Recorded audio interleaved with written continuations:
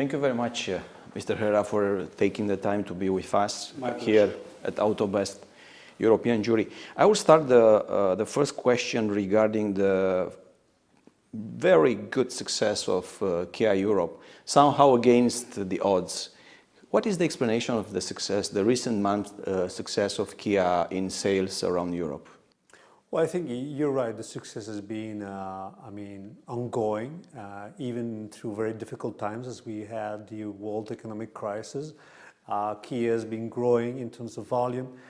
The secret for that has been, I think, several key milestones we did over the last years. I think one of the milestones was that we hired a very well-known designer called Peter Schreier. And I think he just turned around the design of all our vehicles. We also had the introduction of the 7-year warranty in 2010 for the entire lineup, which was another milestone in my opinion. So there have been several milestones that have helped us tremendously in this continuous growth we have had. And the other important thing is obviously the number of products we have launched into the market. Not only do the products look better, the design is much better than we had before, but we have backed up that with the quality that we had, but we have corroborated that with a 7-year warranty, which is even a better way of communicating with the consumers to say, okay, guess what, the vehicle has a very good quality, very nice design, and we can back it up with 7-year warranty. By the way, how did you manage to do this transition from NEDC cycle to the WLTP? Because it's look in Europe, there are several makers having troubles.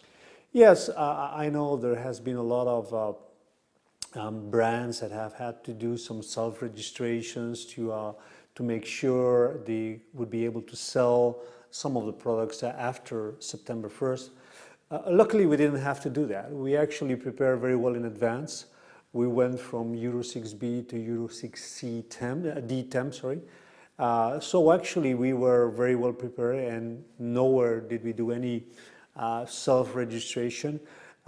In the month of August, our market share dropped because there were so many self-registrations, but then it increased in September when others were selling the pre-registered cars.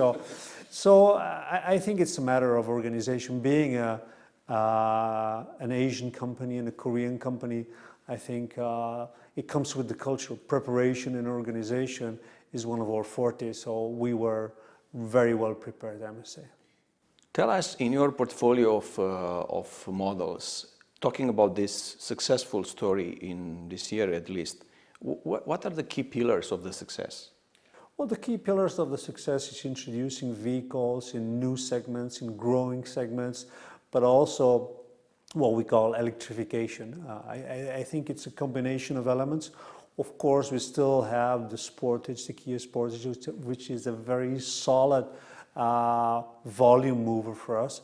But at the same time, we have introduced cars like the Stonic, which is in the B segment, which is a B SUV segment, which is one of the most growing segments everywhere in Europe. So that's important to be present in those segments that are growing. There's a clear shift in the market from traditional segments, A, B, C segment, to more SUV, CUV segments. And we have responded to that clearly with the Stonic, with the Niro, with the Sportage, with the Sorento. We are a very SUV, CUV oriented brand.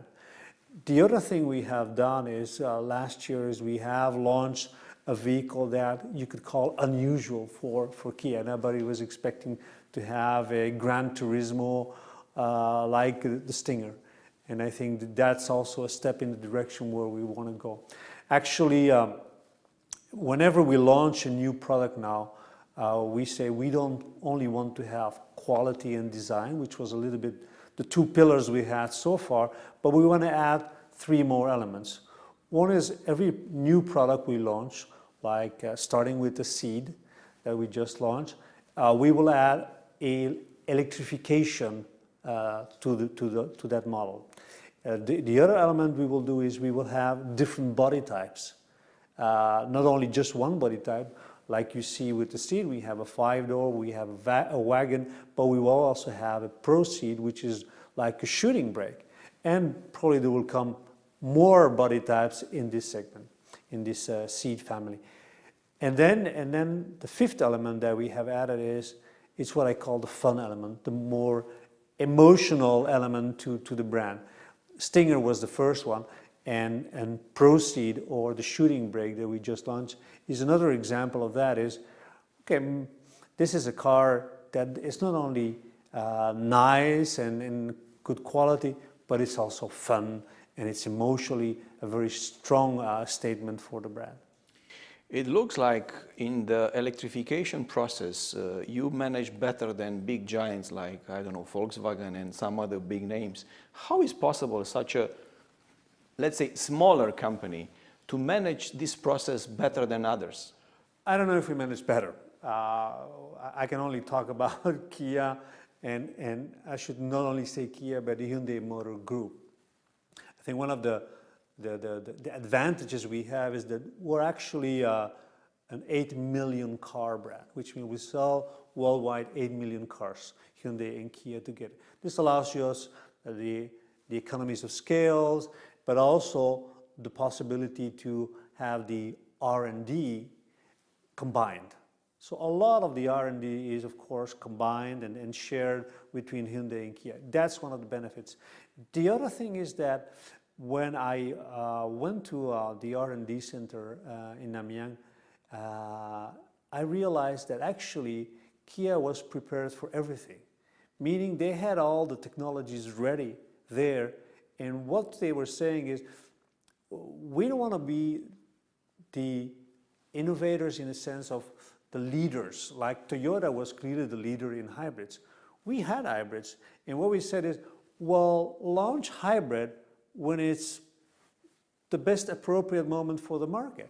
We'll launch plug-in hybrids when there's a market demand. We see in some countries in Europe where plug-in hybrid is now booming. Sweden, the taxation changed, and suddenly the market is demanding plug-in hybrids. Norway is another example, but for EV vehicles. So we see that taxation is driving the changes in the market, and the secret is to be prepared. Actually, the word that I like most is agility, flexibility. You need to have, on one hand, the volume, the economies of scales to do the R&D, but on the other hand, you need to be agile and flexible, responding as quickly as possible to the market changes. By the way, we did an independent, actually the first independent comparative test for EVs.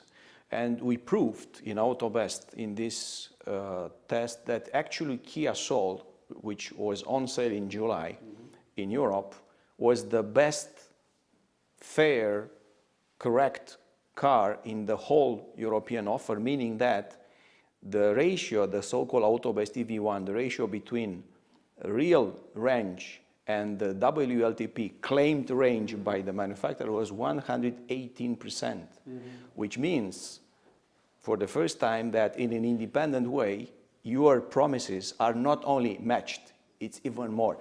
How do you see such a performance of Kia compared with all the others? Because none of the other competitors went so high in delivering the promise. Well, I think we want to be honest, transparent, and at the same time, we're a humble company. Humble in the sense that we are a very young company also. And like I said, 10 years ago, we were still selling cars that were not so attractive. The lineup was not great. So we have had a very rapid evolution to where we are today. So we have to remain humble. And we want to be transparent and honest with what we offer to the consumers.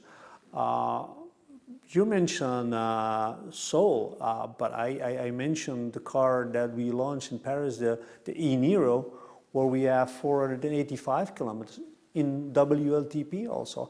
And in city environment, you can drive this vehicle for more than 600 kilometers. 613 was the number that we announced. So I think that by doing so, you really give people the confidence of driving an EV, because there is, as you know, what we call the range anxiety. It still is one of the big fears of driving an electric vehicle is, okay, the manufacturer or somebody says, I have a range of 200 or 300, but is it really true? That's the point. Exactly. That's the point. Exactly. Yeah. Tell me a little bit about the differentiation in the family of Hyundai Kia. Hyundai is going on one path, Kia is doing a different one. How you manage to keep two brands? Of course, you are in charge for Kia, but we all want to understand this family. I think one of the things we need to do is differentiate more. First, the appearance of the vehicles, the look, the design of the vehicle. And that's why Peter Schei was named Global Head of Design, to really differentiate both brands in terms of design.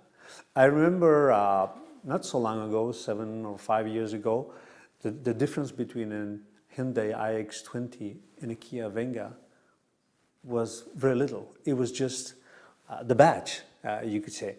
So today we have very little products that look so much the same. We're still competing in the same segments. We're still competing in terms of the price range is not so different, but we appeal to a different type of consumer. And you know, the consumer is the way he thinks. And we have consumers that are more young and hard, who love a sportive lifestyle, not sportive in the sense of the rally driving, because this is clearly the territory of Hyundai, and they have cars that are branded N, which is for them the sporty car in terms of rally and the driving experience. Although I must say that by saying that, we're not saying that our cars don't perform in driving dynamics well. Actually, they do. And one of the other key persons that has joined the company recently is Albert Biermann, who came from BMW, and I think he has added this quality in driving dynamics and that we see clearly with the Ceed. The driving dynamics have improved dramatically compared to the previous generation Ceed. So, and that is what I'm saying is, although the driving dynamics are good, we're not going to go in the same territory. We compete in the markets for different type of customers, but in the same segments.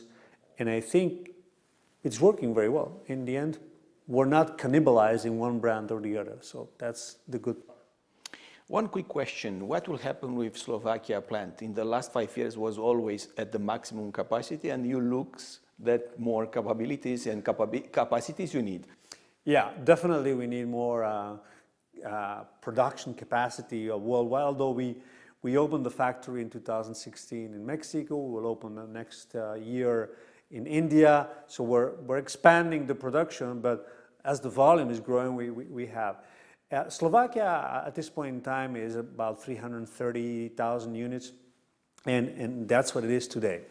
Now, we hope that, and we have no confirmation today, but that an expansion of the Slovakia plant could be possible in the coming years, especially because we see the possibility of selling more Ceed in Europe than we have done so far. Actually, the idea we have for Ceed, just to give you an idea, is this year we will end up roughly at 75,000 Ceed between 5 doors and sport wagon.